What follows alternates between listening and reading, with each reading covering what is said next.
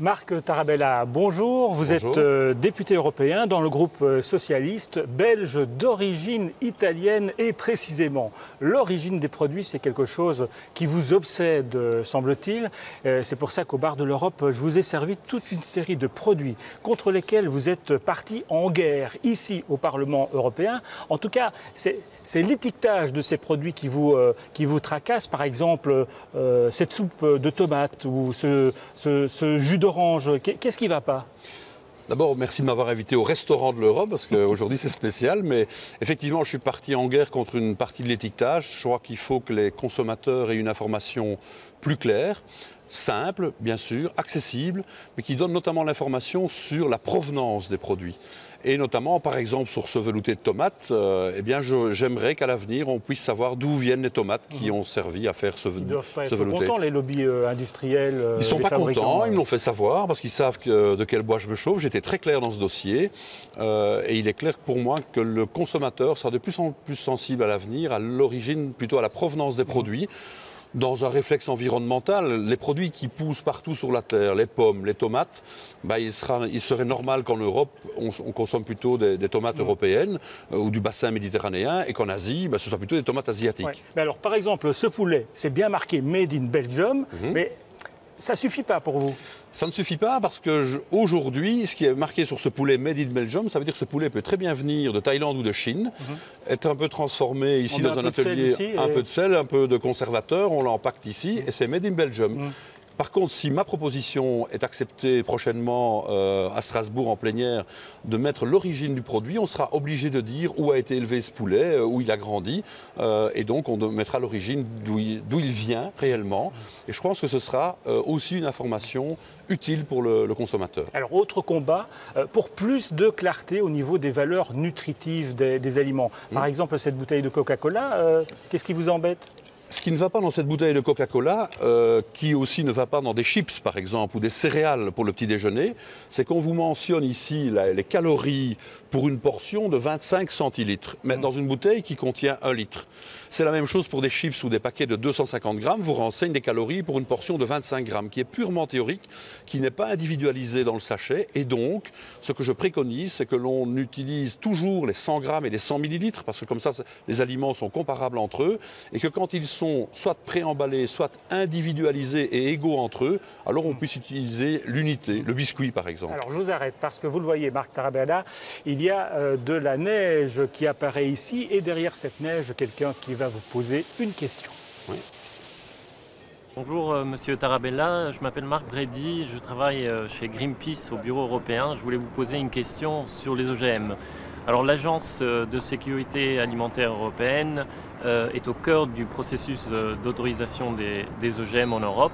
Elle est souvent en désaccord avec de nombreux scientifiques, mais avec la Commission européenne, elle pousse toujours pour l'autorisation des OGM en Europe. Alors les États membres, à l'unanimité, ont demandé qu'il y ait une réforme, un renforcement du système d'autorisation. Alors je voulais vous poser la question, que fait le Parlement pour s'assurer que cette réforme soit mise en place par la Commission et par l'Agence ? Réponse ? La réponse doit être très claire. En effet, M. Grady a tout à fait raison. Il y a quelques problèmes qui sont autour de cette agence au niveau européen, de l'EFSA, tout simplement parce que d'ailleurs, il y a eu pas mal de démissions au sein de cette agence. Et c'est vrai qu'on a pu être désappointé de certaines décisions prises par la Commission, peut-être sous conseil de l'EFSA, notamment la récente pomme de terre autorisée par le commissaire Dalli, fait problème. Parce que pomme de terre OGM. Une pomme de terre OGM, génétiquement. Donc, clairement, en plus, quand ça touche à ce qui est directement fait partie de l'alimentation du citoyen, il n'y a pas toujours un étiquetage approprié non plus, mais au moins, d'abord, il faut s'entourer de toutes les précautions nécessaires en termes d'autorisation ou non. Moi, je suis plutôt un opposant à l'introduction des OGM dans l'alimentation. Et donc, clairement, je pense que les États membres demandent une réforme. Le Parlement doit aussi certainement pousser par le biais de questions, mais aussi de débats à initier de manière à ce que ce soit beaucoup plus clair. Pour l'instant, ça ne l'est pas du tout. Effectivement, je peux partager les inquiétudes de M. Grady. Alors, c'est vrai que cette agence, elle pose quand même beaucoup de questions parce qu'elle vient d'autoriser, en tout cas, elle voudrait qu'on autorise la fameuse thrombine. Alors, la thrombine, c'est quoi ? Eh bien, c'est ça. C'est une espèce de colle à viande. J'ai ici des tas de bas morceaux. L'un vient d'Irlande, l'autre de Belgique, le troisième de France. Eh bien, les industriels vont pouvoir mettre tout ça ensemble avec un peu de thrombine. Et Qu'est-ce que vous pensez de ça? Je m'y suis opposé et je suis très fier de dire, notamment aux citoyens qui nous écoutent, qu'à une voix près, en plénière, on a refusé cela au Parlement. Ce procédé a été refusé. Il fallait une majorité qualifiée qui est fixée à 369 membres. On a obtenu 370 voix. Donc chaque voix compte et c'est important d'être très présent. Mais donc effectivement, il faut se battre contre ce procédé qui justement va à l'encontre de ce que je souhaite défendre, qui est vraiment la provenance des produits, la caractéristique des produits. Et je pense que effectivement, ça participe aussi du respect du citoyen, du respect du consommateur et du respect des producteurs. Aujourd'hui, dans la chaîne alimentaire, il y a les producteurs, il y a les transformateurs, ceux qui mettent la colle, là, qui font un amalgame, un ersatz de viande peut-être, parce qu'ils mettent aussi beaucoup d'autres choses avec. Et puis alors, il y a la distribution. Et que remarque-t-on aujourd'hui? C'est que les producteurs souffrent. Les producteurs ne vivent plus de leur travail, notamment le lait est très exemplatif, mais il n'y a pas que le lait, c'est vrai aussi pour la viande, pour les céréales.